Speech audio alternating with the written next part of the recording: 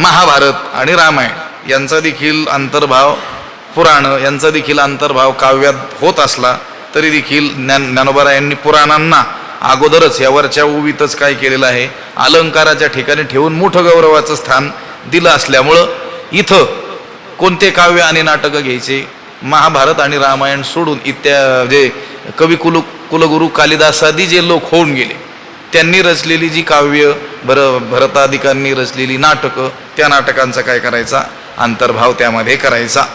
देखा काव्य नाटका जे निर्धारिता सकौतुका, त्याची ऋणध्वनती क्षुद्र घंटिका अर्थध्वनी. नाना प्रमेयांची परी निपुणपणे पाहता कुसरी, दिसती उचित पदे माझारी रत्ने भली. नाना प्रमेयांची परी. आता त्या काव्यनाटक विषय काव्यनाटकाचा असल्यामुळं त्या काव्यनाटकामध्ये सुद्धा नाना प्रमेयाची